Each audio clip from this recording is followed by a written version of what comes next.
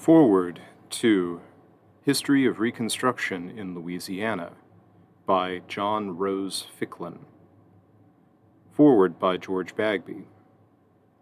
John Rose Ficklen, 1858 to 1907, was a professor of Latin, English, and history at Tulane University in New Orleans. He was a Virginian, born in Fredericksburg and of old stock. He married the remarkable Bessie Alexander Ficklen, who was the daughter of Confederate General Edward Porter Alexander. Ficklen's own perspective was undoubtedly affected by his dynamic in-laws, as the former General Alexander was a controversial, reconstructed Southerner who had embraced the Republican Party and published a popular memoir that had accepted the argument of the Unionists. In spite of ties in the East, Ficklen settled in balmy Louisiana and embraced the lore of his new home in New Orleans. Ficklen began his literary career with a collaboration with the illustrious Grace King, historian and novelist of Louisiana. Together they published A History of Louisiana in 1893, which was intended as a textbook for high school students. The style was winsome and expository, and the historiography, practically universal at the time, but refreshing to us, was of sympathetic regard for the region and its peoples. Ficklen again collaborated with King for a popular work, Stories from Louisiana History, in 1905.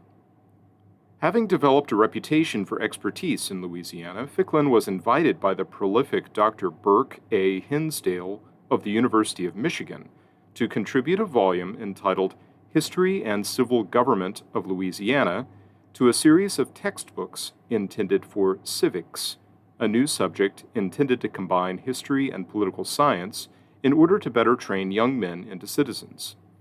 Ficklen produced the book in 1901.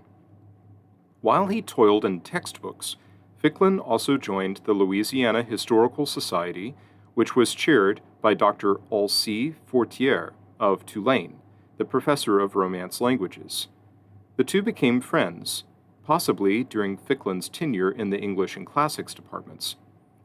By 1907, Ficklen had become a professor of history and political science at Tulane, but joined Fortier to contribute Central America and Mexico, Volume 9 of Professor Francis Thorpe's giant History of North America, which was published in 1907.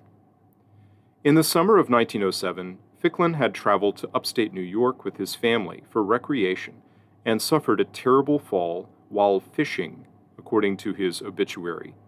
He succumbed to his injuries and died, aged only 49. His body was brought back to Fredericksburg, where he was buried in a family plot in the city of his birth. His obituary was reprinted in New Orleans, where his colleagues and students commemorated him as a friend, a scholar, and a teacher. His gravestone was engraved with his proudest accomplishment, that of being a professor of Tulane University. Ficklen authored monographs in regional subjects, including the famous Acadians of Louisiana.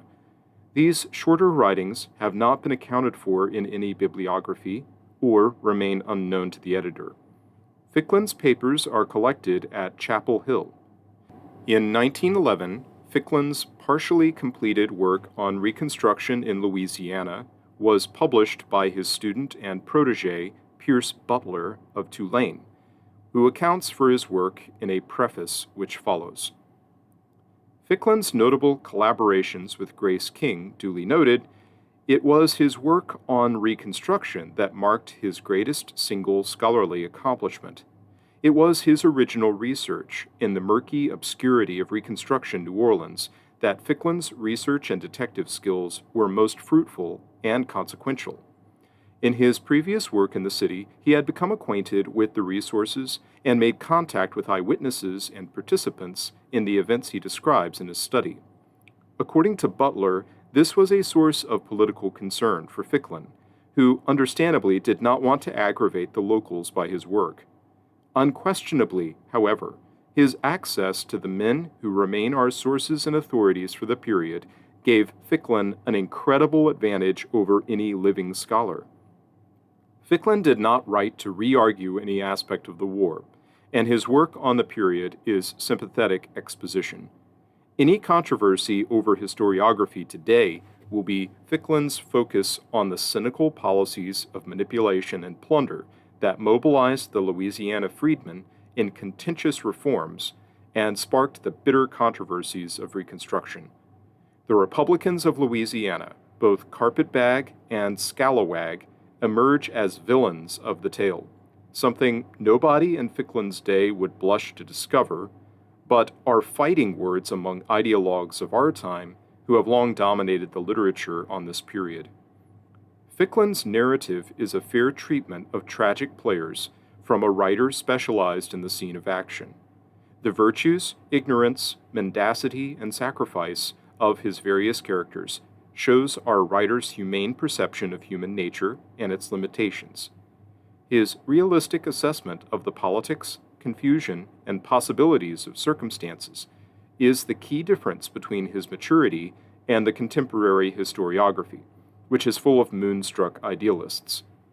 In a true rogues gallery, such as Butler's infamous tenure, Warmouth's administration, and the radical staff of the New Orleans Tribune, Ficklen assesses motivations and interests with sobriety and justice. He extends the same courtesy to the vigilantes of both sides, understanding the desperate circumstances and wild fears that dominated their communities. He does not attempt to damn the wicked or exalt the martyr, which is the province of religion and not of history. This short excursion into the troubles of Reconstruction is inherently dissatisfying for its incompleteness. There is no resolution here, but we still give a just tribute to the author, one of the great historians of the Pelican State and its first intrepid writer of her sufferings under Reconstruction. George Bagby, Louisiana, spring of 2024.